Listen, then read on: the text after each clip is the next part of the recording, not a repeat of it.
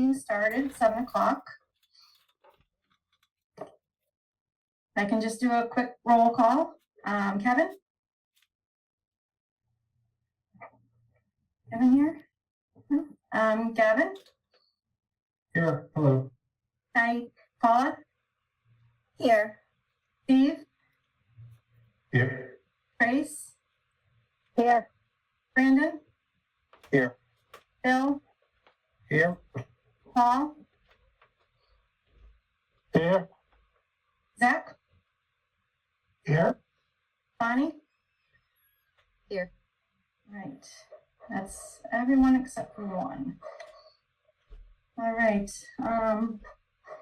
Mike, do we want to get started with an update, financial update? Okay. So, our free cash was certified at $6,254,039. And I want to thank the financial team and James Puello for the work they did on that. It's not often that you have all your information turned in and your free cash is certified a week after that. And that's because of all the great work they do, that weren't many questions from the state. I want to thank them for that. And I know James is on, if he wants to talk a little bit about the free cash. Our free cash, some of the money in the free cash was $500,000 remaining from last year's free cash.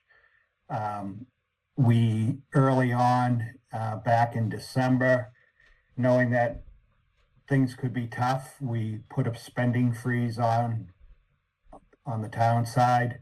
And so that helped with our turnbacks of $1.3 million. And then obviously the sale, the auction sales that we had last summer generated a substantial amount of money. And we didn't know what we could do with that money until the end of August, when they finally legislature acted on that Supreme Court decision. So out of that money, the treasurer feels that $162,000 is possible. It's possible people could come back looking for reimbursement for any of the money above the taxes. But she feels that the other properties were all taken before the deadline that was put in the legislation. So about 160 out of, I think it was 770,000, James, would be available. Could be potential, but would have that money in our stabilization if someone did come back. Mike, is that going to be in addition to the $1 million that you want to put in stabilization, or is that part of the $1 million? It would be part of that. I'll go to the select board Thursday and have a discussion on the uses of the free cash. If we put at least $1 million into our stabilization, we should be up over the 5% that we need or is recommended for stabilization, and probably look at $1 million or more in capital. We put $1 million in capital last year, and we'll hold some for snow and ice, and then we'll have to use some money for supplements in the fall, and also for retirements. And I asked Mike that we go back to talk about the couple documents that we had while we have James here. The turnbacks and then the June report. Can we ask a couple questions on those? Sure, go ahead. All right.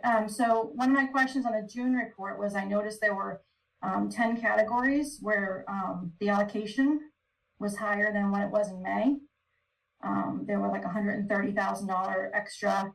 I know we made one transfer from reserves in July for the data processing for $11,000, but I'm not sure where the other 9 increases came from. Okay. James? Are you talking about May of 2024, right? Right, so from May to June, the May numbers matched what I had for my totals, but then June, there were several, police There were- department that were Sorry. higher. It is, I'm not looking at those numbers right now, but it is possible that there were supplements at the October town meeting. It's the only thing I can think of. Because the only way to increase those budgets would be through finance reserve transfers or through supplemental town meetings articles. But would that have happened between May to June? I mean, May, everything, all the town meetings would have Oh, been. I see what you're saying. well, You're saying May of 2024, yeah. Yeah, so May going of- from May to June, the numbers changed for the budget For supplement. data budget. processing, you're saying, right? No, data processing, I understood, but there were like 9 other categories: town clerk, municipal building maintenance, police department, highway, that all went up slightly. The police department, I can tell you, give me 1 second and I'll get back to you. Let me just Okay. check them. And then in terms of the turnbacks, the one that kind of stuck out to me was the fire department. I noticed that we had given them $233,000 as a fall supplement, and then they turned back $287,000 in the spring. So I'm just wondering what changed from the fall to the end of the year that resulted in them no longer needing that extra money that we gave them in the fall.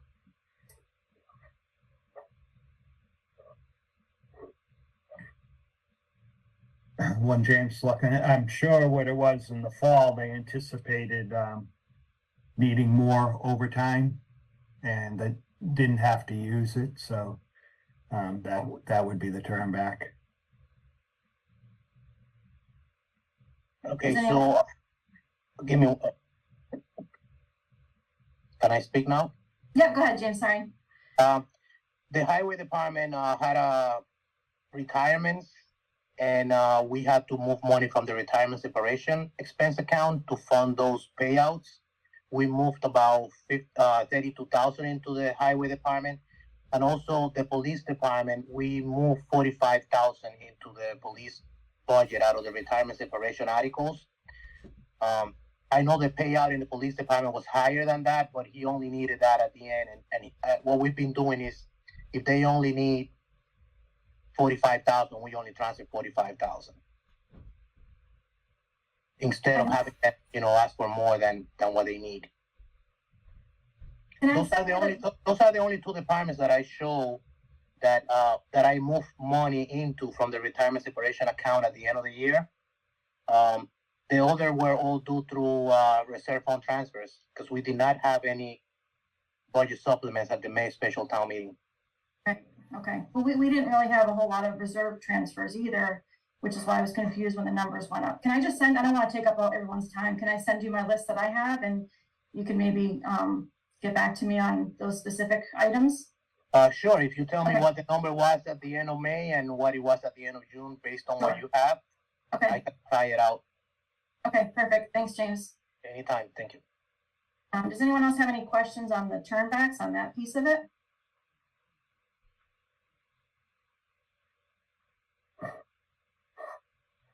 Madam Chair, Yes, Bill? I don't know if this has to do with turnbacks or not. Over the past week, there have probably been a lot of emails going back and forth and whatnot on this whole subject of, the certified amount in 2024. I don't want to do it this meeting, but I'd like to have a refresher on what the process is, why it takes so long, and why we're unable to better judge this, in a future meeting. Because I think there are a lot of questions out in the public. I think based on some of the emails going back and forth, there were a lot of finger pointings and that kind of stuff over the past week or so.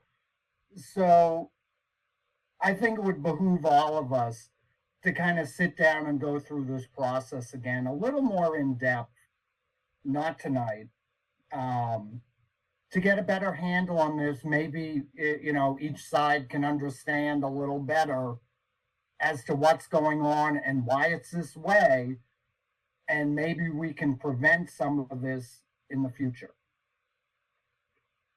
Thanks, Bill. I think Thank all you. of us were having our phones and emails blowing up this past week. I think, you know, for sure, if there's a way we can get ahead of, you know, such a big number like that and knowing that further in advance, I'm all for, you know, being able to have that information sooner so we can, you know, clarify the optics, I think, around what happened here. Anyone else on that or other issues with the free cash? Madam Chair, Yes? I would just like to add, what amount of money were you guys expecting in free cash this year? So I can speak for myself. I know back when we started the process in March, you know, I even went back to my notes because I thought maybe I was misremembering, but when we started the process in the spring, we were told this year's free cash was going to be lower than last year, that last year we got that extra $1 million because of the insurance holiday, and we wouldn't be getting that this year. So I know a lot of my decisions personally were made based on the fact that our free cash would be slim now. So the spending of, you know, the extra $500,000 that we turned back in the spring from free cash last year that we didn't spend, we were trying to be fiscally conservative with the idea that our free cash was going to be lower. And, you know, typically, I think the guideline is 3 to 5%. So I think when it's significantly over that, it does come as a surprise. And again, especially given that we were really, you know, in the beginning we were informed that it was going to be lower than last year. That personally informs my decisions, and it makes it hard to make decisions when I'm thinking it's going to be lower and it ends up being much higher than typical years, and even higher than the year last year, which was an anomaly. So that's my take on it. I don't know if anybody else has thoughts or wants to answer James's question.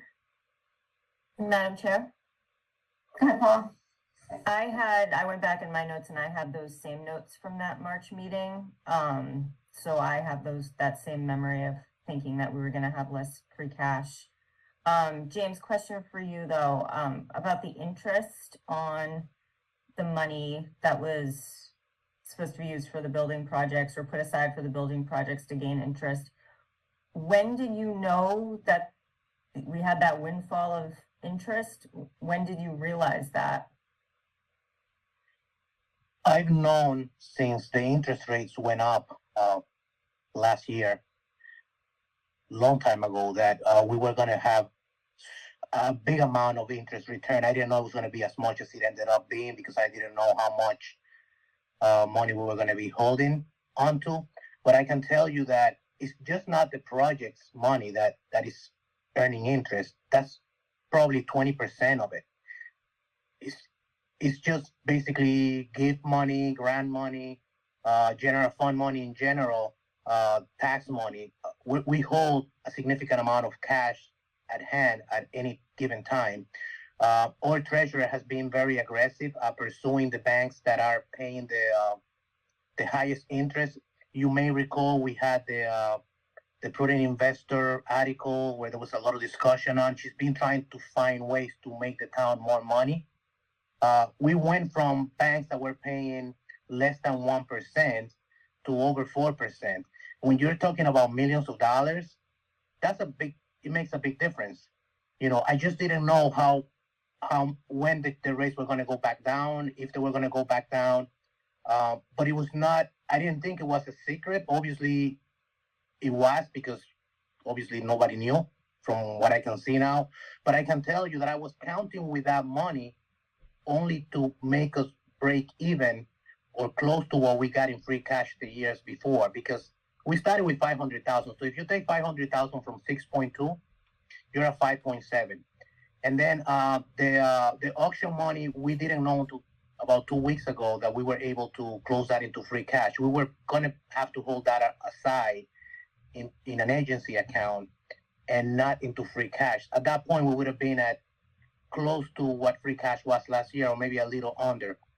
Another item that I was not expecting was the turnbacks to be as high as they were, because budgets were being cut. I didn't expect the school to return 300,000 plus. It happens, but I'm not discouraging departments from returning funds. I want people to realize free cash is a good thing for the town. It's not a negative, it's a positive.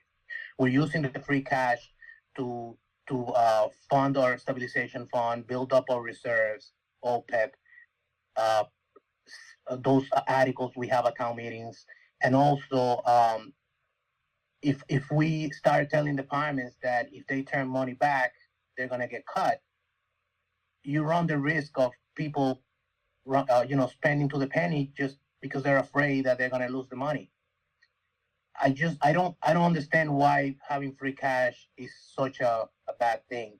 If you look out over the years, that spreadsheet I sent you today, over the last 10 years, if you add all of the free cash from every year, we're over $40-something million. Where is that $40 million? We don't have it. We spent it. Free cash is going back into operations, is going back into capital, is going back into the stabilization fund. It's just part of operations. Personally, I consider about $1 million to $1.5 million as operating revenue, because we kind of build into the estimates a buffer so that we can generate the free cash, because without it, we can't operate. And we need to have at least over 3.5, closer to 4, in order to be successful and able to run the town. I'm kind of getting a feeling that some people are frustrated because the override passed or didn't pass, or they may believe that, me as a town accountant or Mike as a town manager were on one side or another side of the ballot. I can tell you, if the override passes, it makes my job easier. There's more money to play with. If it doesn't pass, it makes it harder. But at the end of the day, I have to do my job, and I'm not here to hide information from anyone. Not one time a single member of the finance committee asked me about free cash. All people care about was the expenses, not the revenue, pretty much. It's the way I saw it. And at the end of the day, having 6.2 million this year is great. We have money now that we can use to fund the stabilization fund and the capital projects, rather than leasing and paying high interest on capital purchases. And maybe we can buy some of them cash to avoid having to pay high interest. And, that's the way I see it. But I am not trying to hide anything from anyone. There were some accusations made that, we were trying to hide the money. When did we know? I knew all along. The town manager knew all along too. The town treasurer knew it. Some members of the finance committee may have known it if I talked to them over the phone. I just don't understand why it is such a big deal, because 6.2 million, once you take the auction money that we didn't know about and the beginning balance of free cash, we're right below what we had last year. If you take the interest money, we're actually way below. Now we're below 3.5. I don't know what the goal is. Is the goal for us to not have free cash at all and then deal with worse consequences that we had to deal with this new year, that there were cuts at the school and cuts everywhere? We just need some more guidance. Yeah, I appreciate everything you're saying, James, and I don't think free cash is a bad thing either. I don't think you're hiding anything. I was just curious because I think that sometimes, we just don't know what to ask, I guess, and I wasn't aware about, the interest and, if that's something that, should be shared on a regular basis with the finance committee, just so we're kind of having an idea of what we might expect from free cash. I know this coming year interest rates are going to be going down, and so this will probably look different next year, and you're not going to have that money from the projects sitting in there either. And I also agree that just because we have that 2 million or and the, 800,000 from the auction, that should not be spent on our general operating budgets.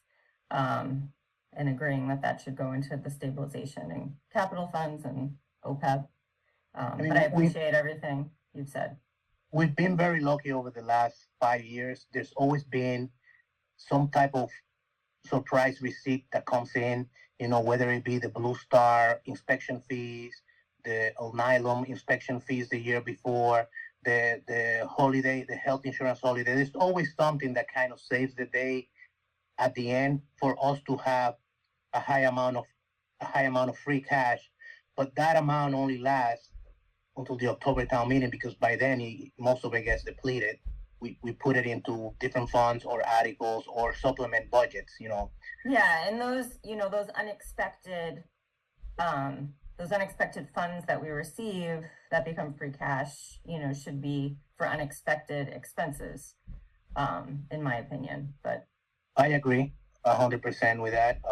But sometimes too, you have to decide between laying somebody off or hiring somebody in the meantime until you try to find another way to fund the budget, and that's just the way it is, I guess.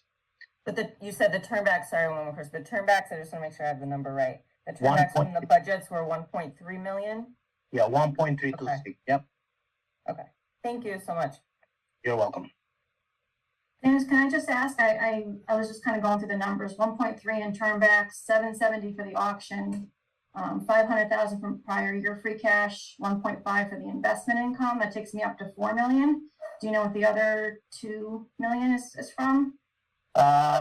If you go to the full receipts, Auto excise was a big one.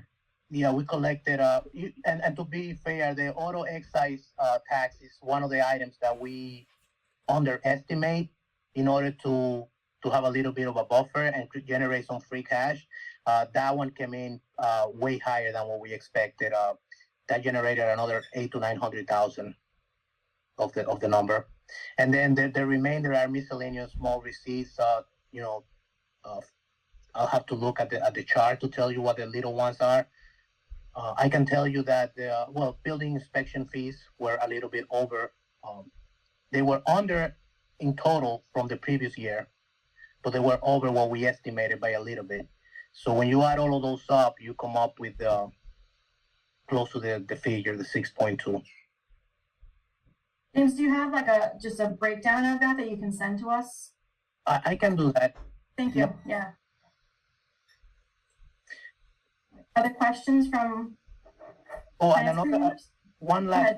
thing. The excise tax is very hard to know what the amount will be until really late in the year. The excise tax bills go out in late February, so most of the money comes in March, April, May, and June, and by then the town meeting is already done, So we don't really know what the last figure will be until we close out the year later in end of July or beginning of August. The same can be said with the appropriation returns. A lot of the departments will encumber their budgets to the penny if they can. Others will return a little bit here and there. We don't know what the final turnback will be until all of the bills are paid, all of the encumbrances are received. So it's impossible, can you get an idea of what it is? Can you get a guesstimate? Yeah, you can look at the previous year, what people did, and kind of eyeball it, but it varies from year to year. I mean, there could be, for instance, the fire or police department, they could have a couple of guys out sick right at the end of the year, and that's going to bring the overtime expense up. There's a lot of unknowns, or it could be a good year. Nobody's sick. Now they have a surplus, Thanks, James. Oh. You're welcome. Madam Chair, Yes, Zach? just to address what James is talking about and what I think he's missing here is we found out this news just a week ago only by the chance of me questioning the town manager. 8 weeks prior to that, James, and I know you're not involved in politics, we had an election where we had our local officials, a town manager, a school superintendent, go in front of the public and, basically cry poverty. We've reached the fiscal cliff. We're falling off the edge. We're broke. and I do get people got laid off in the school department. And nobody from the town hall, yourself included, came and said, okay, guys, wait a second, maybe it's not that bad. We're gonna have some extra free cash in the fall. This was 8 weeks ago. 8 weeks ago. Nobody, crickets, came and said, hey, maybe we shouldn't lay off every teacher. Maybe we can refund those positions, music, art, some of them in the fall. Nobody, it was crickets. Instead, it was a doom and gloom scenario. And that's why the public is upset. And my phone's been ringing off. Excuse me. So Zach, 8 My weeks phone, ago, let me finish. 8 Let me weeks ago. finish. Go ahead. Let me finish. My phone's been ringing off the wall all week, and you've seen what the reaction is on social media, even though I don't engage it. People are just upset. The optics are horrible, horrible. You couldn't make it any worse. The public perception right now at town hall that everybody's incompetent. Whether that's true or not, everybody can come up with their own opinion. But it is horrible optics, and I can tell you right now, James, within the next 10 years, the word override should never be even mentioned by anybody in this town, because it will lose by a larger margin than you saw in the last election, because the trust has been broken with town hall.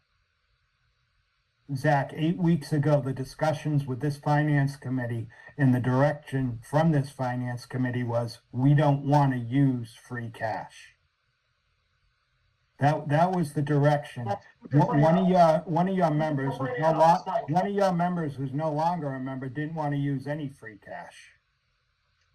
So Mike, if I That's can, different animals to what I'm talking about, Mike. so Mike, if I can respond to that, I think, I was one of the people, and I still am one of the people who doesn't want to use free cash on ongoing expenses. But I also, said if there's any chance that we're going to be adding back in, or we're going to have the money to add things back in the fall, like, police and fire overtime, I wanted to factor that into my decisions in the spring. I think, we were talking about police station closing on the weekends and, all of these kind of doom and gloom to Zach's point, and even that 500,000, potentially would have been something that I would have looked at, had I known that we were going to get a big windfall in the spring and the fall. So I think, again, for me, it's just about knowing as much as possible, as far in advance as possible, so we can make the best decisions possible. Madam Chair, Yes. I think, and correct me if I'm wrong, but regarding excise taxes, that's a portion of it. We said we forecast it low because sometimes it comes in high, and that gives us a little extra free cash. So what we're talking about is hedging back a portion of the budget to create cushion for ourselves. I can't imagine the excise tax is the only place where we're hedging back. That's something it's gotta be clear cards on the table what we're hedging back. If there's hedges in the P&L, that should be cards on the table, not a hedged and unhedged view of the P&L with, well, this is normally 4, but we're going to tell 3, and then if it comes in 4, great, and then it came in 5, and now it's like, oh crap, this is way too favorable. We have a problem. Madam Chair, Yes, James. what we're doing here is nothing different than any other town in Massachusetts. We need to have free cash. Every town needs to have free cash, close to 5% of the budget. I understand this year was higher than usual, but if you look back, we've been under or over. Having free cash again is not a bad thing. I think the problem we have is some people don't understand it, and maybe that is the problem we have. Maybe we haven't been good at delivering the message of what free cash is and what it should be used for. We're not trying to hide cars. We're not trying to do any of that. We're just trying to generate a little bit of free cash so that we can continue to operate the way we've been operating for the last 20 years or longer. But James, what we need is a sensitivity analysis that says, okay, here's where we're hedging. If all these things pull through, there's potentially another 3 million that comes, or not. You have assumptions that aren't clear on the paper, it sounds like. there's two Well- sets of, like a financial planning analysis, there's two sets to this. There's what the number I think it is and what the number we're gonna say it is. I don't disagree, that happens, people do it, I get it, but it should So- be, so there should you're be a range of outcomes for these You're things. suggesting that we prepare the highest budget possible that generates the least amount of free cash and risk. I'm telling you to generate a budget that has a range of outcomes, and we understand where your thinking is. Low scenario is XYZ. High side is this. Then there's a range of scenarios to talk about. Well, I can tell you though that what we've been doing for the last 20 years has been working. We've generated enough free cash to get us through the year and buy the capital items we need to buy with it. So, you know, that's all I can tell you. It has been working. If we go the other way and try to, you know, increase budgets, which then those budgets increase by 3 to 5% a year after that, and continue, we're going to dig ourselves into a hole that will not be able to get out ever. And I agree with Zach. I don't think an override will pass. That's just my opinion. But not necessarily because they don't believe in us. I believe it's just they don't want to pay more taxes. It's simple.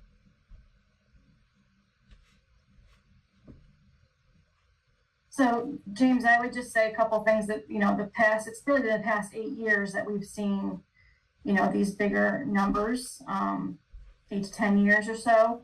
And then we've also been a lot, throwing money into stabilization, increasing that fund, which is our emergency fund. So I think together the two are pretty high right now.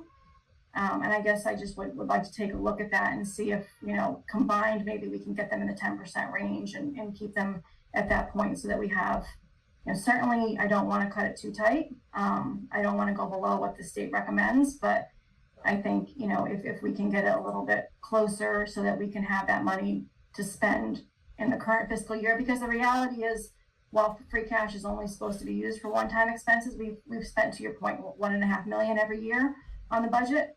So we've gotten into that habit. People have expected that.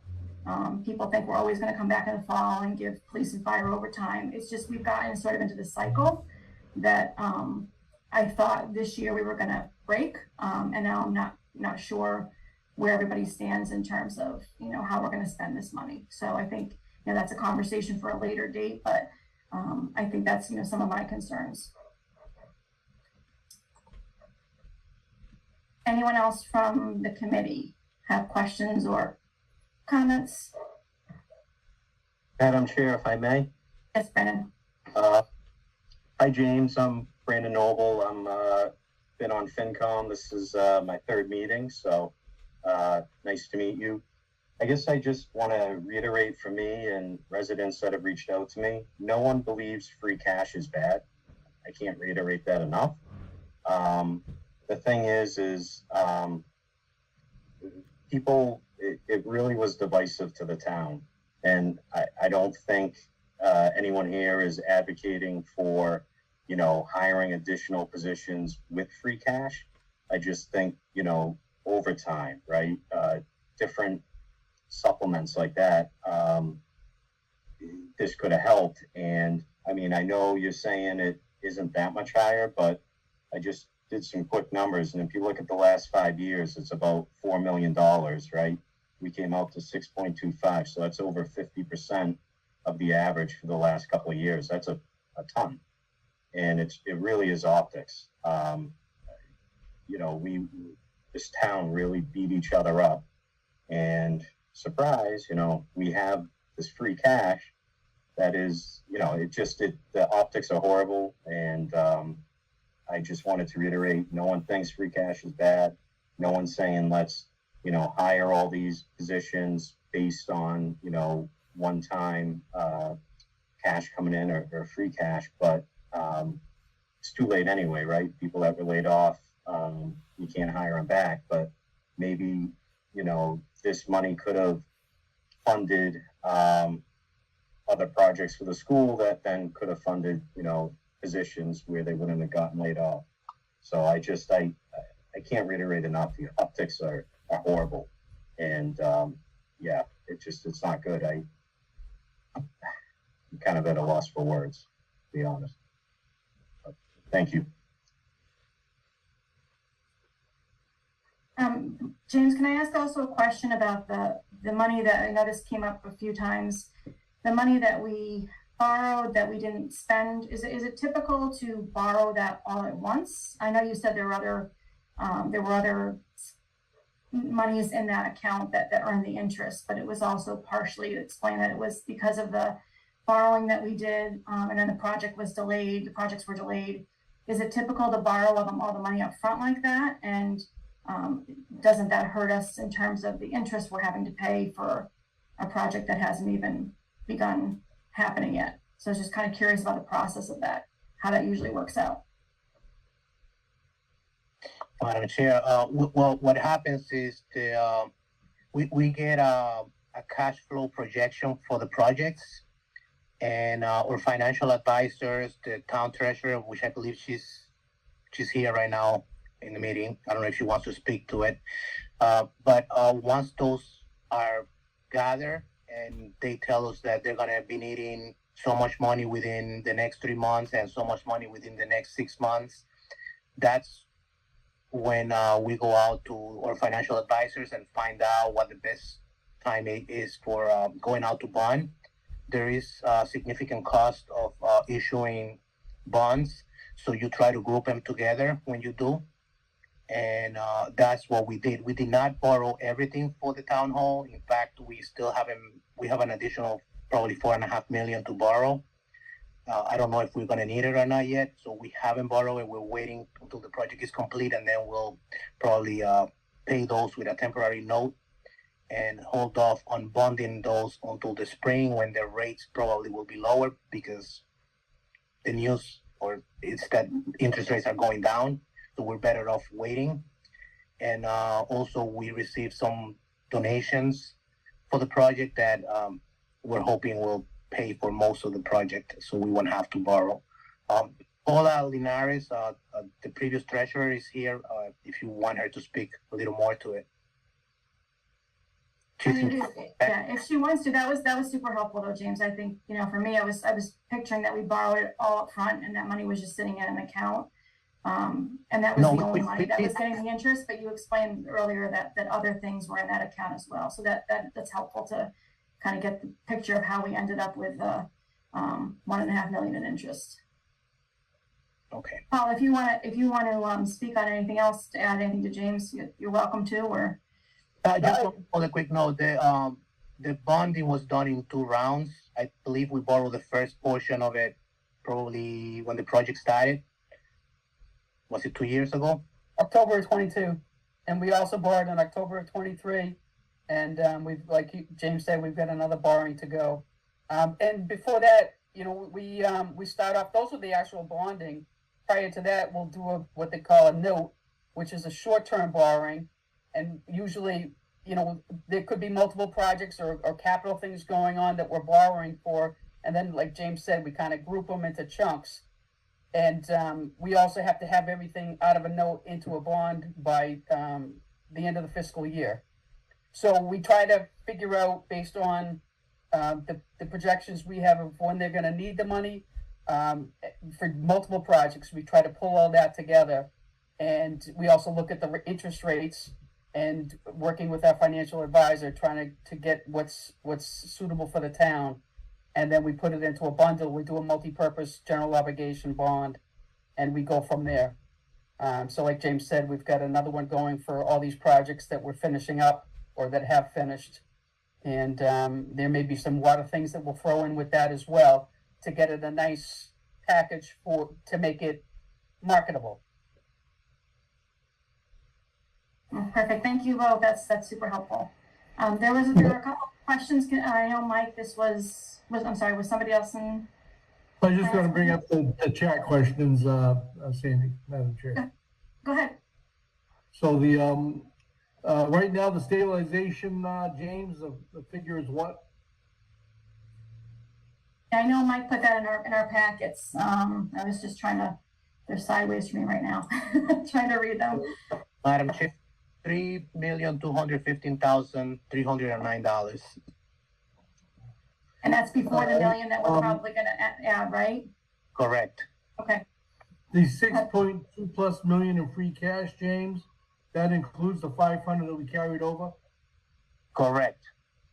Okay, and that is the total figure right now? And how about the ambulance reserve? What's the bottom line in that right now? I'll have to check on that.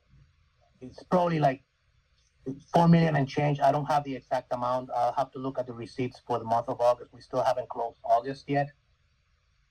I know we started the year with 4,000,002.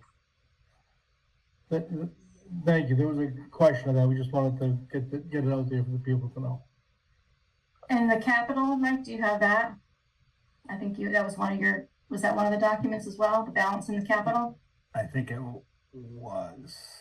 327,626. James? 327, James? Correct. 327,626. Thank you. Any other questions on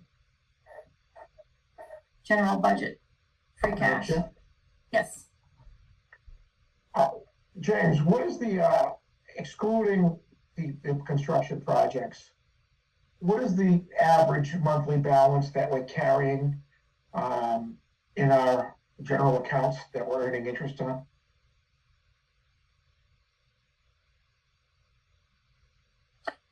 The last few months is being 60 to 70 million. And you're earning how much on that currently, around 4%? I'll let the treasurer, if she's still on, answer that, but I believe it is above 4% on some of them. It depends on which specific account it is. So that's growing every month. So month after month, the free cash is still building. It's not free cash until the end of the year. Whatever we collect between July and June of 2025 will be certified as free cash in sometime around this time next year. And the interest earned on stabilization, does that stay in the stabilization fund? Correct. That is not part of the interest that made up the free cash. And going forward, I'm going to try to send more reports out to the finance committee, showing maybe revenues, and so that there is no question that we're not trying to deceive anybody, or want to be as transparent as possible. So I'm going to do what I can to submit, whether it be quarterly reports showing what we've collected in revenue for the quarter going forward. We all appreciate that. Thanks, James. Paul, did you have something?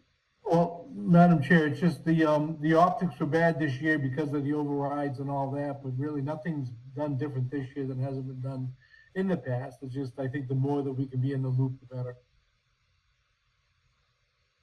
I agree with Paul. I think this is an opportunity to get the kind of financial reporting that we need to see these things. I think it's a good step in the right direction, James. All right. Anyone else? I know we have people patiently waiting, so if there's no other questions, we can move on to the next agenda item. Okay. Mike, what do we have next? Is the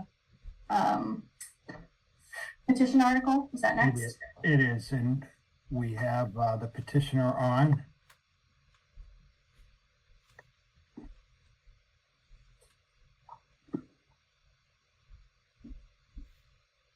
So if the petitioner wants to speak, this is an article that has gone before the select board. Actually, the discussion went to the select board before the article was developed. And this is a property on West Main Street, across from the Yale School. I'll get to the map that shows it. Did the select board vote on this? When they came before the select board, they voted that they were in support of giving the easement for the project. This parcel 84 is the area that the developer is looking to build, and the state won't allow another curb cut. And there is a curb cut here at parcel 85 that the town owns. And the petitioner is looking for an easement across that parcel to be able to access parcel 84. And Mr. Rich, if I explained that wrong, No, that's correct, except he's also requesting using easement to access parcel 176, which is adjacent to it. Those are the easement or the hashed area is what the town owns. That was blacktop, I think, by Butch Rich when he owned the property. He did receive from the town back in 2008. He received a contract, a license agreement to use that hashed area to access the parcel to the right, map 22, lot 84. That's to obviate a curb cut in the front, which would almost interfere with the school's access road to the high school. They have an easement. An easement is a non-possessory right to use land. And that's an easement to the town for anybody that wants to go to that back property anyways. So technically it's an extension to the road. I represent the Northtown Properties that purchased both lots. They are looking to do some kind of mixed use, maybe commercial with some residential in there. I think the zoning allows that. He's not quite sure yet, depending on how if he's allowed to use this easement. And what he needs is like a perpetual easement. Mr. Rich and Jimmy Brown, when they had the hot dog stand, they had a licensing agreement that was just unique to them. When they stopped using it as a hot dog stand or they're a plumbing business, then that was extinguished. What my client wants to do is get the permanent easement to use it to access both lots. Technically, I think he can do that now because it's an easement granted to all the townspeople, but he just wants a permanent easement, so in the future he can put, if he's ever going to sell it, we don't have to do this again and ask for another license agreement. Again, he wants to use it for, it's a mixed use, residential and some kind of commercial use. And just, he'll obviously maintain the easement, and you can't block the easement, you can't put a gate on the easement, because they don't own it, the town owns it. And that's what he's seeking to do, that's what we want to go, for the town. It needs a town vote, and we presented it to the town selectmen, they were in favor. And now we're just explaining it to the FinCom. If there's any questions, I'll gladly answer them for you. All right, does anyone have any questions? Madam Chair? Yes. Go ahead, Bill. Is this a lot next to Honeydew? No, it's further down. If you can look on the map that we have before us, if you can see on the bottom, there's a curb cut on the very bottom of West Main Street, on the very bottom line, you'll see an access. That's the high school's access right there. It's directly across the street from, Mr. Rich used to have his hot dog stand on that lot. If you remember, you know where the hot dog stand was. It moved a few times in my years here. Okay. That's the last one. That's the last place where it ended up. Madam Chair? Yes, Paul. So Attorney Rich, the easement would stay the access to that back lot if the town ever did anything with that back property. Oh, absolutely. The town owns it. They can do whatever they want with it. What's the second lot that you're looking for to have access to? The one just to the left of that easement. That's where Mr. Rich had his garage with the big R on it. But you have a curb cut already for that, correct? Well, yeah, they can access it there also, but then you have adding more traffic. So what he would essentially, ideally, that we wouldn't be 2 or 3 people or 2 or 3 accesses coming out right away. They just use one access road. Okay. Less confusion, less tie-ups, less headaches. Thank you. Thank you. Anyone else for questions?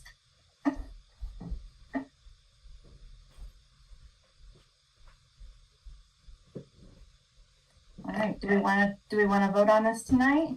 Is that the plan, Mike? That would be great. Okay.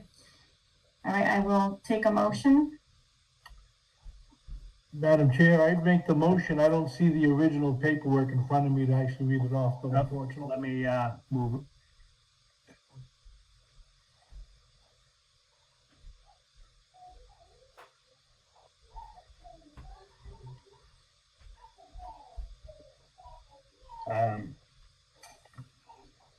So I make a motion, Madam Chair, that we approve a permanent easement to the Northtown Properties LLC. It's Sears Assessors assigns for the Northtown Properties to access and use the town's property located on Northtown's 2 parcels of land located at 77 West Main Street, Norton Assessors Map 22, Lot 176, and 0 West Main Street, Map 22, Lot 84, on Route 122. The subject property is 150 foot deep and 41.40 wide at the street, and 41.90 feet wide at the northerly end, and being part of the town's parcel delineated on Norton's map 22, Lot 85. Article 17 on the warrant.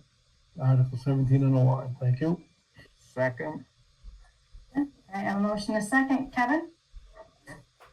Yes. Gavin? Yes. Paula? Yes. Steve? Yes. Trace? Yes. Brandon? Yes. Bill? Yes. Paul? Yes. Zach? Yes. Bonnie? Yes. And I too am a yes. What's the total, Sandy? I think all 11 of us are here now. 11? Yep. Okay. All right, thank you. Thanks. Next, is, a presentation from the school department on, schematic design for the middle school. What Article 12. Hi, everyone. Good evening. Thank you so much for giving us the opportunity to present this article to you tonight. For many of you may know, the Norton Middle School was built in 1998, and it is actually a beautiful, beautiful building.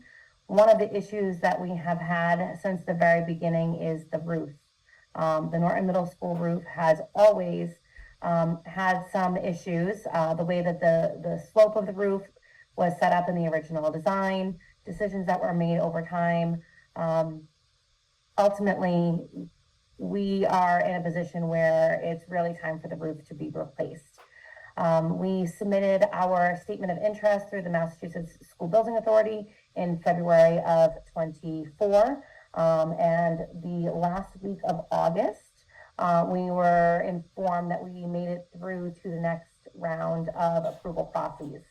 Right now, they have 72 projects that were submitted and 71 that met the minimum criteria.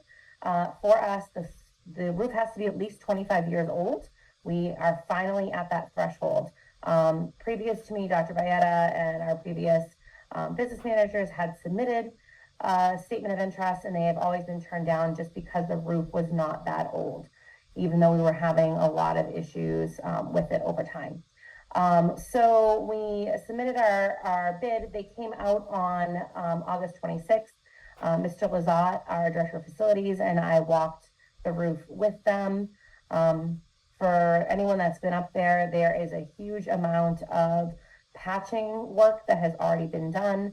Last year, we had a large, huge issue with one of our 6th grade classrooms on the 3rd floor that involved some very inventive tubing and funnel type contraptions to make sure that the water went from the roof where it was leaking into the classroom sink. So it is definitely time for this to happen. As of right now, the reimbursement rate through the Massachusetts School Building Authority is a 55.63 reimbursement rate. So if Norton is approved of this process, we will have more than 50% of this project paid for us by the MSBA. Right now, we are asking the Finance Committee and, of course, our townspeople to approve an article for the schematic design process. as part of the process, we need to have the schematic design funds available to us within 90 days of being invited into the program itself. We should have an invitation right around Halloween, October 30th, 31st. So unfortunately, the timing is a little bit off in this regard. So we are going to be asking you and the townspeople to make a decision before we even know if we are in or have been accepted into the project. This would just be for the schematic design at this point. We are still waiting for some final numbers for them again, because I mentioned the timeline's a little off. And we think it's in the $30,000 to $50,000 range. So as soon as we have that number, we will put it into the document with Mike's help. We do not anticipate it going over the $50,000 at all. And ultimately, if it is at a reasonable place that we could use our facilities revolving account for it, we would do that as well. At this time, if we go through the schematic design process and we're ready to move forward, we would bring a full proposal for the entire project to the spring town meeting. And so again, the timeline for these, you have to have the money for the schematic design 90 days after invitation, and you have to have the money for the full project 1 year after the invitation to participate. I appreciate you entertaining this without a firm number on it and without us actually being invited into the project yet. We do not have the luxury of waiting until the spring town meeting because we won't be outside that window for invitation. So I'm happy to answer any questions for you tonight that you may have. Madam Chair, Yes, go ahead, Paul. Dr. O'Neill, do you have a ballpark based on square footage and stuff, or what the overall roof repairs might cost? Right now, we're having conversations that will likely be in the ballpark of about $4 million. And 50% of that or so would be covered by the state? Correct. So you get $2 million on the town side? Correct. That's based on the information that we have at this time. Obviously, a lot more information will come to light during that schematic design process. The middle school is a beautifully designed building. It's very interesting in the way that the roof line actually works. There's a lot of flat parts of the roof. There's rubber roofing, there's metal roofing, there's the rotunda that's covered in rust. So there are definitely going to be design components that are going to obviously impact that cost. But as of right now, that's the number that we're looking at. You also have one whole roof covered with solar panels. Does that cause another angst, or the solar panels just get disregarded, or they get removed and replaced? Or So there were solar panels that were on the cafeteria at one point. There are still solar panels on the back of the gym roof. They don't work. They're not functioning at all. So those would come off and they would just be part of that project. The other thing that it's important for us to realize is that there's no warranty on the roof. Probably, and this goes back to before my time in central office. I was still teaching at this time. We had a really bad winter, and there were these basically like spikes that were drilled. Yes, thank you. As much as my family owns a hardware store, that's not my background, so I'm not really sure on the language. And when they drilled those into the roof, that voided the warranty. So we haven't been able to really get any repairs done on this through the warranty in a number of years. It's all been out of pocket. Madam Chair. Yes, go ahead, Mike. Jen, how confident are you that 50,000 will be enough? We're pretty confident that based on the comparables that we've seen so far, things are roughly in that 30 to 50 range based on the size of our roof compared to other projects. We're hopeful that it may come in a little bit under that. So we could use 50,000 of free cash, and if it does come under, then that money would go back To the general fund. Yep, absolutely. I think, Mike, the language on the warrant actually talks about for schematic design and construction. That's the way that the MSBA recommends that we do the language, and that was our So we don't- conversation with you as well. Yeah. So. Good.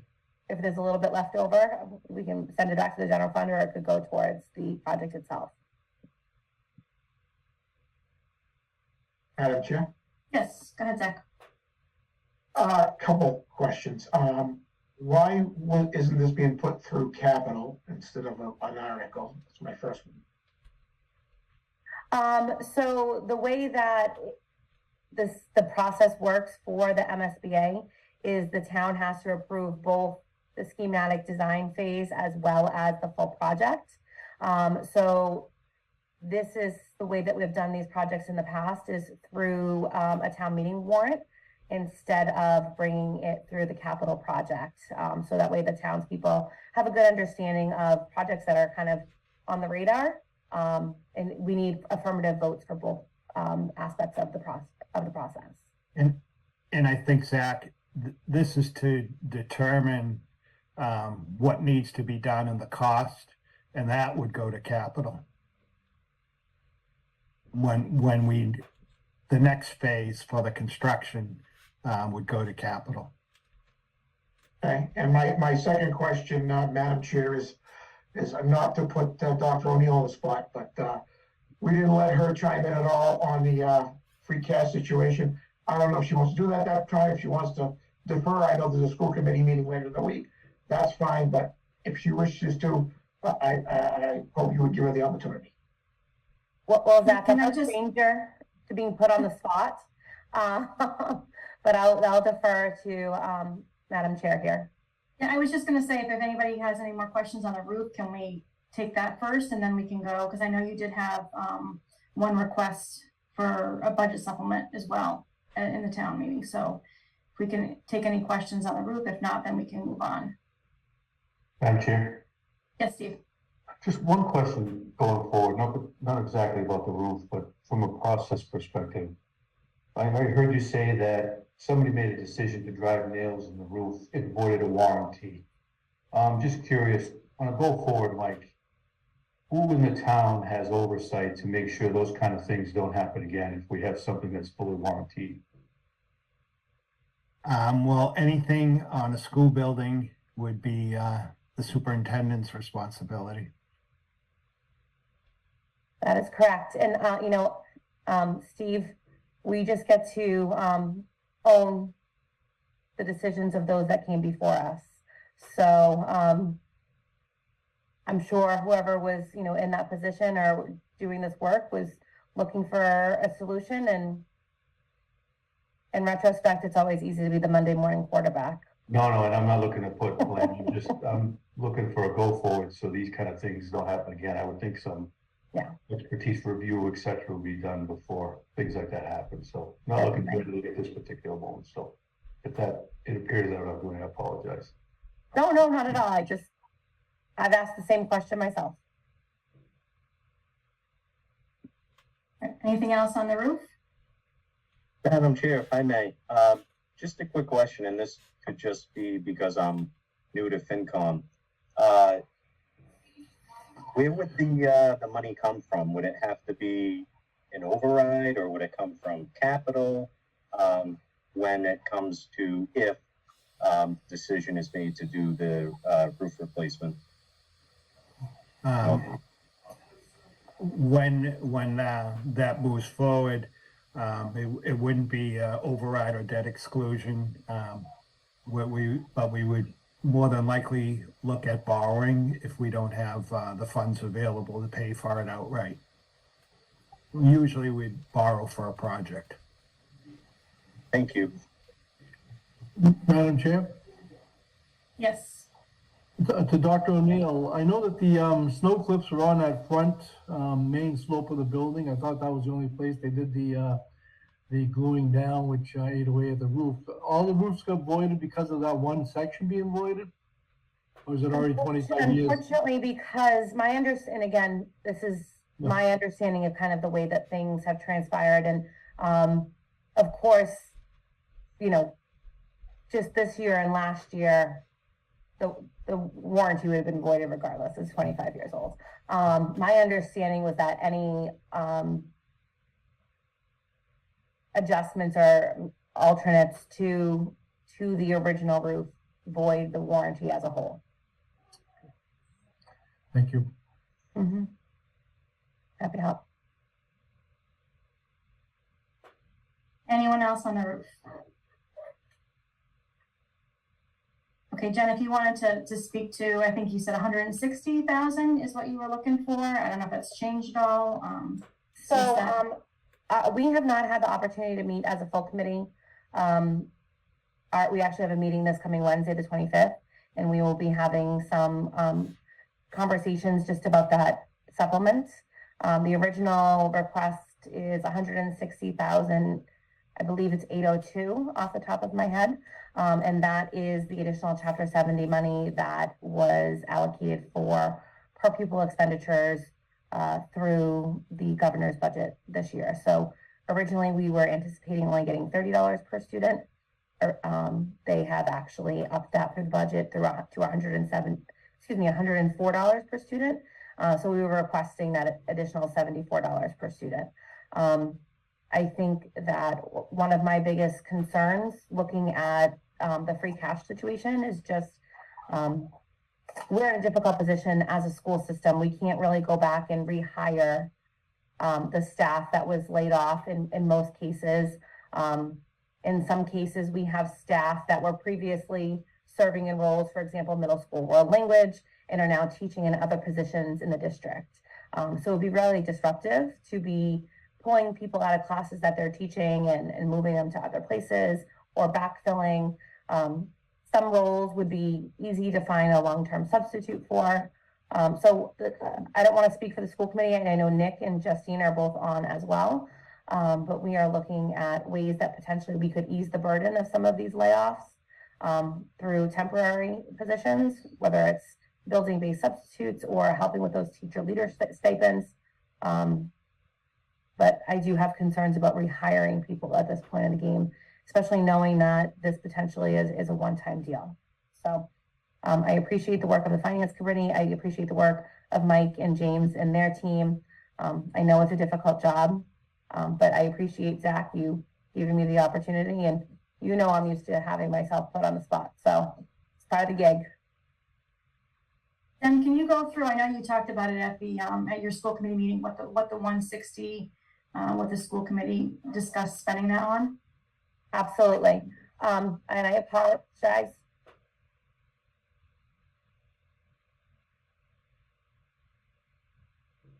My husband and my son are coming in the door from football practice, and my dogs are going crazy. And it's just a normal Monday night at the Yeah, normal Monday night, sounds like. It does. So I apologize. So we are looking at that 160 to support a few different things here. Number one is homeless transportation. That is one of our biggest challenges each year, is kind of figuring out where students that are experiencing homelessness are living and what our obligation is to transport them, whether they're in Norton or another community. We have obligations to make sure that they are getting to school each day. Additionally, we, as always, have special education situations that come up every year, and we are already seeing that as part of our challenges for this school year. So we'll be putting money towards that as well. And I've also spoken with our school committee on a couple other issues. I've talked about some of the savings that we had as a school community in the number of resignations and retirements that we had over the summer, being able in most cases to hire someone at a lower pay rate. We were able to bring 2 of our paraprofessionals back. We discussed the nurse the last time.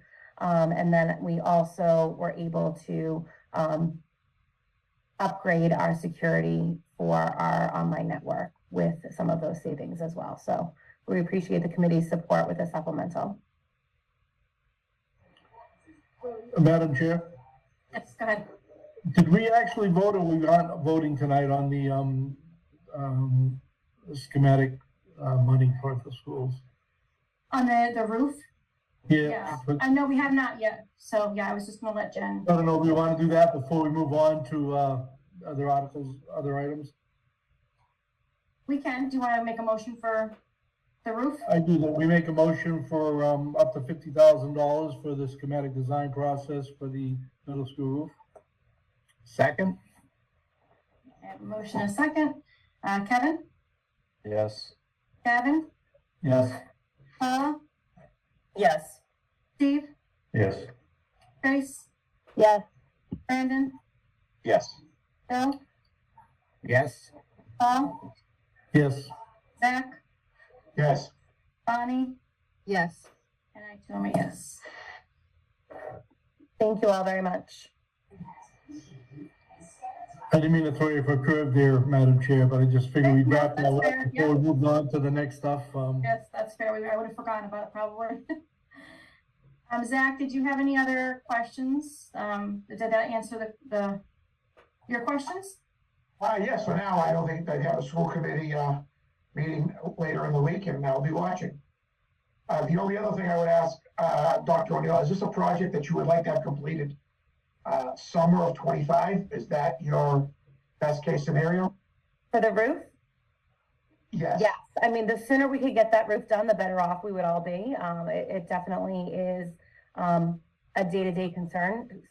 In the cafeteria at lunch on a, thinking about this past Saturday, one of those rainy days, we're moving cafeteria tables around, we have trash barrels out there. Some of the classrooms have some significant drainage issues. So we are absolutely the sooner the better would be perfect for us. So a lot will depend on once we have the invitation from the MSBA, they set us up with the OPM. How quickly are we matched with somebody, and how quickly can we get this ball rolling? Thank you, as always. Thank you. Madam Chair? Go ahead, Bill. I'm sorry. Oh, thank you, Paul. Dr. O'Neill, one other question in regards to the whole roof project. With all the water intrusion, is there any issues in the walls and the brick and all that kind of stuff that we need to be worried about in the future? Great question, Bill. We have actually made some internal changes over time because of some of the drainage issues that we've had. So I'm going to go off the top of my head, since I've been in central office, some of the things that we've done. The guidance suite, which is on the first floor where all of our guidance counselors are, that was originally an area that had mold because of drainage issues. All that mold was remediated. All of the carpets were ripped out over time, and we reinstalled a linoleum tile. That was one thing that was done. If you've walked down that main hallway that leads towards the units and the stairs to the library, there was a big leak in there. All of that flooring has been replaced over time. And then there has been painting that has taken place. One of the things that I think we may need to look at some point is some repointing of the brick along the front of the building, specifically the doorway where our students come in off the buses. For those of you who have been to a school committee meeting, it's also the door we go in there that leads you directly up the stairs to the library.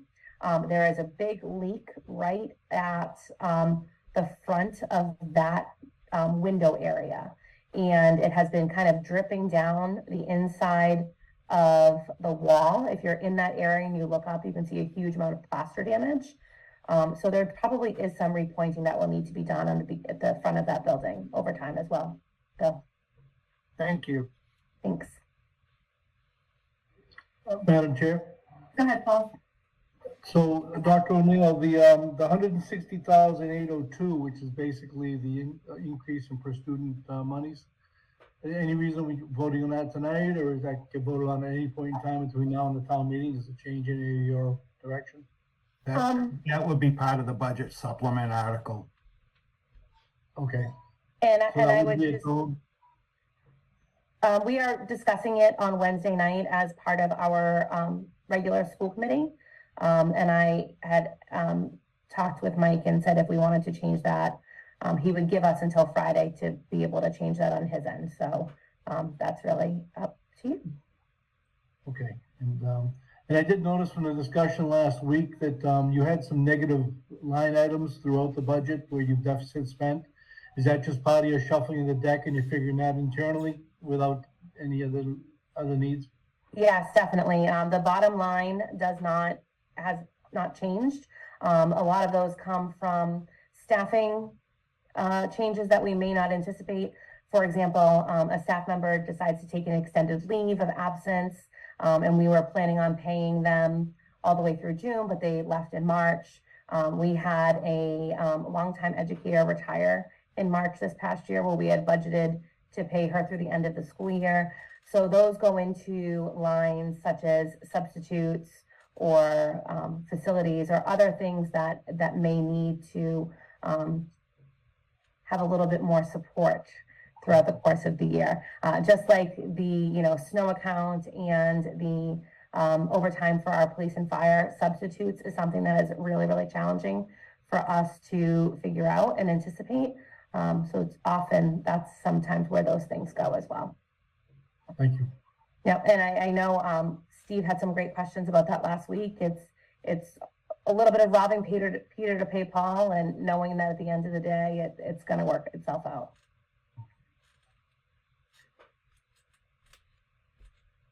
I just wanted to mention the turnbacks as well. I know there was a question about the school department turning back. I think it was $282,000. That's part of our agreement with the town as part of the train project. So those are savings in utility costs that we are seeing because of the project that was done. And we turn that back, and that payment is to go towards the payment of the train project. So if we didn't have those utility savings, we really wouldn't have turned anything back. And I remember we had that conversation at a big meeting, joint meeting. Yep. But that was the agreement to try to offset some of those bills that were coming due. Yes, and we like it when we're able to give you back almost $300,000 because we know it's an expensive project, and every little bit helps. So thank you. Any other questions for Dr. O'Neill?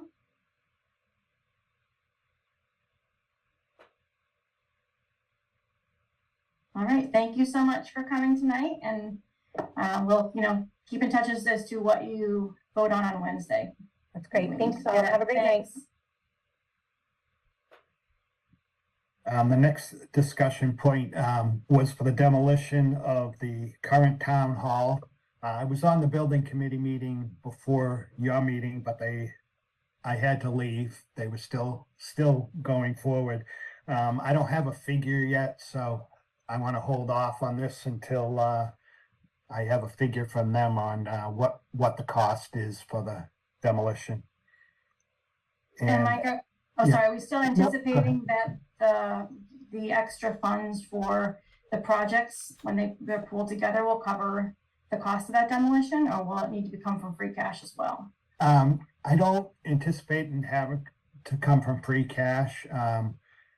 They're going over all the numbers now on the town hall and the senior center to see what extra they'll need. We may need some, but there's, I think, close to 100,000 left in various articles throughout this long process, different studies that were done. So we'd look at using some of that, and then it all depends what they have for a final figure, whether we need more. But hopefully they're still under the total for the projects. Any other questions on that? I know we're tabling it, but Madam Chair, yes, Bill. wasn't it said earlier today, Mike, that there's like 4 million left in those projects?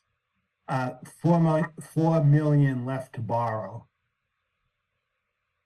Okay. Thank you. Madam Chair? Yes, Zach. So 4 million left to borrow would max out the debt exclusion? I'm not sure, Zach, I'll to be honest with you. Okay, and But we're definitely gonna be within the range. and when they're talking about tearing down costs. That's gonna, I assume that means putting up a brick wall to make that building look like a building, repaving a lot, all the underground work that's gonna need to be done. That's soup to nuts, so it's a finished complex. Correct, yeah. It'd be, rebuilding that wall for the fire station. Madam Chair, Yes, James.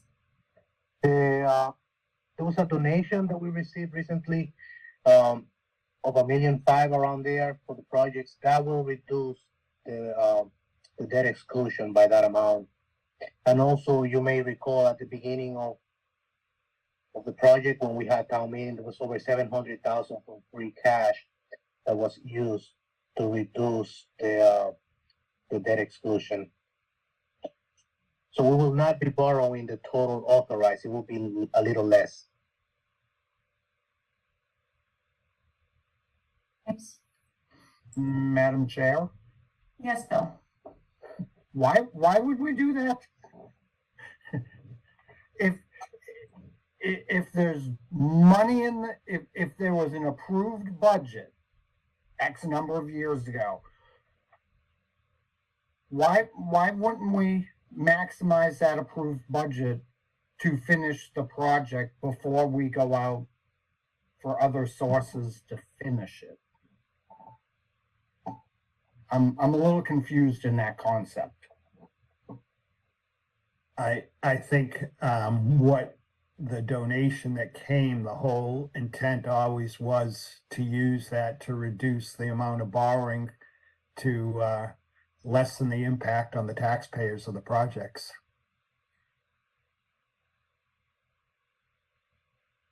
I think, But Bill, then- from being at the PBC meetings, they've been pretty, a lot of the members have been feeling pretty strongly about the fact that that was the intent, that they had said any money that we could raise through donations would be used to reduce the debt. And it does sound like that they'll have enough money for that we won't have to go into other pieces for the demolition.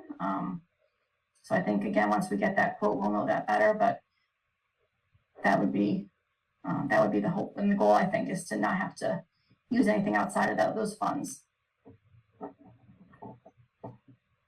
Madam Chair? Yes, sir. So, Mike or James, if we got our tax bills, the first two tax bills are estimates for the year. And then we get actual tax bills the second, third, and fourth quarter of the year.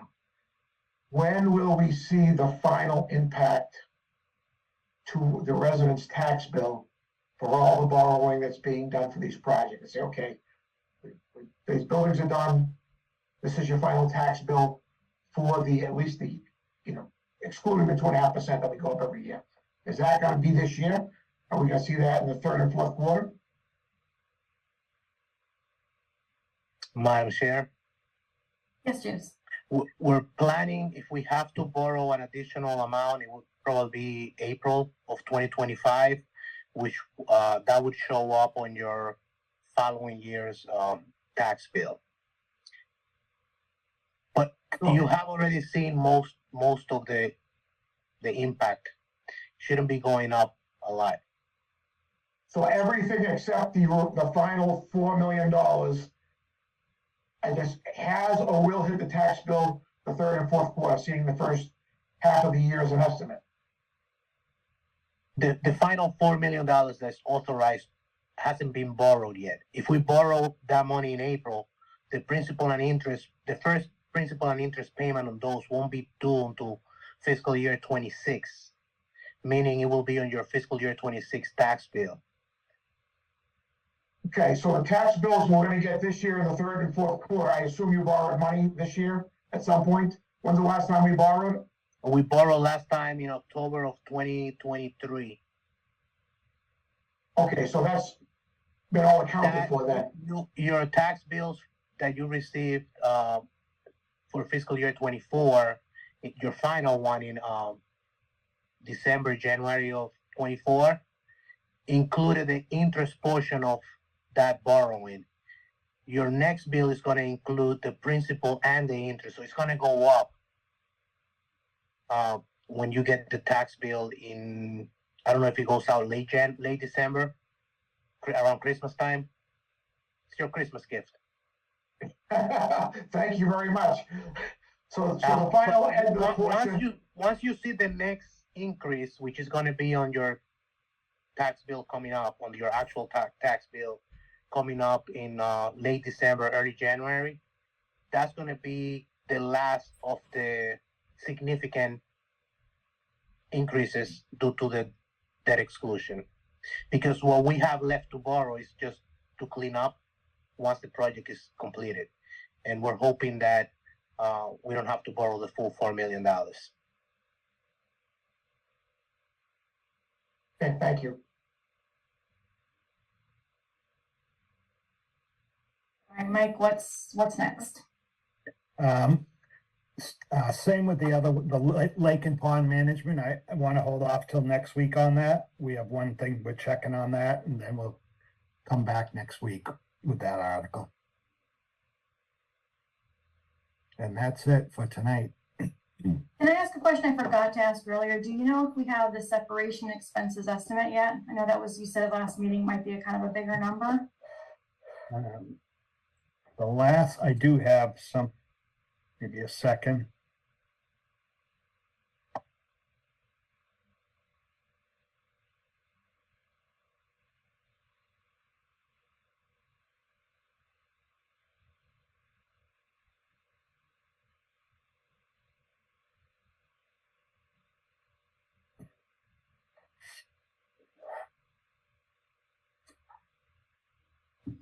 Right now, the last I had was, we're looking at $28,138.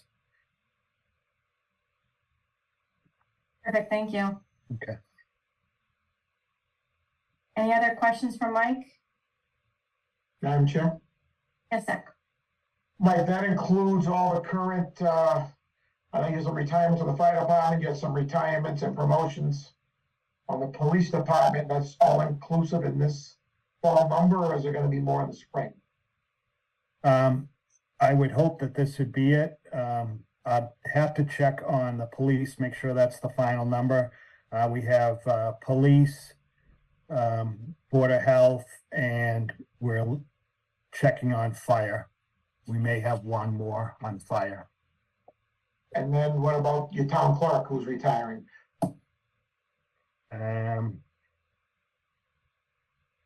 Yep, we need that too. Madam Chair, if I may just a second here before Mike goes. I know you haven't given us your recommendations yet, but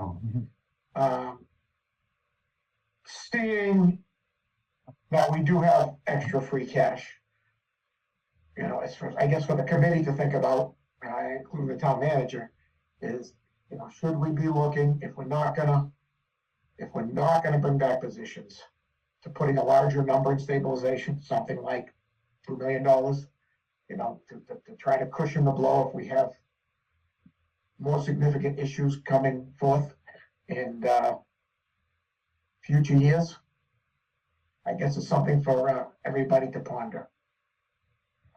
Yeah, I think, Zach, that's, you know, great. I'm hoping the next meeting we can have a good conversation after the select board's weighed in on what their priorities are, and then we can all weigh in. So just, you know, just to make it clear for anyone watching our meetings, which we seem to be a little more popular these days, is I just want to make clear we have not made any decisions on any of that spending at this point in time. So that's, you know, that's all up for discussion, and I hope at the next meeting we can have a good discussion on that. Madam Chair, I'd also think with the idea of the school project coming up too for the roof, maybe we increase what we put in the capital, potentially. Good suggestions, yeah. All right, anyone have anything else for Mike? And Mike, we're good for a meeting in person next Monday? I'm so excited. All right. All right, that sounds great. So, Madam Chair, Yes, Phil. for us residents and whatnot, who cruise by the town hall but have never kind of gone closer, where do you park and where's the meeting gonna be? Well, the meeting will probably be in the Winnicott Conference Room. And parking is right now on the side of the building because the front parking lot is still occupied by all the construction vehicles. Side of the building, like behind the old town hall fire? Yep. Or- Exactly, yep. To the left side of the new building. Gotta check it out tomorrow. Is the Wednesday, Peter, What was it? What is it? Wednesday. Oh, Wait one more day, Peter. We don't have an elevator yet, so Wednesday. Mike, is the Rotundi conference room not available? No, it's occupied. Okay, got it. Madam Chair, is there an official ribbon cutting or anything going on with that? There will be once everything's all settled. It will, more than likely for the town hall, it will be on a Thursday off night when the select board's not meeting. Oh, and Mike, there was a request, can we go back to getting, paper packets, now that we're back in person? So that those of us, maybe those who don't have with all the computer stuff in front of them, can get the paper packets? Sure. Let me know, if you need 11 or some of you, Okay. are thinking about the environment and our Okay. cost for paper. All right, anyone else anything from Mike? All right, thanks, Thank you. Mike. Good night. yeah, wait. Good night. Happy birthday, Chief Paul. Paul's birthday? Thank you, Peter. Thank you, Mayor. Happy Thank birthday, you. Paul. If no one has anything else, I will take a motion to adjourn. So moved. Second? Evan, Yes. Gavin, Yes. Paula, Yes. Steve, Yes. Trace, Yes. Brandon, Yes. Bill, Yes. Paul, Yes. Zach, Yes. Bonnie. Yes, happy birthday, Paul. Yes, happy birthday, Paul. All right, we'll see you Thank all you. next week in person. All right, take care.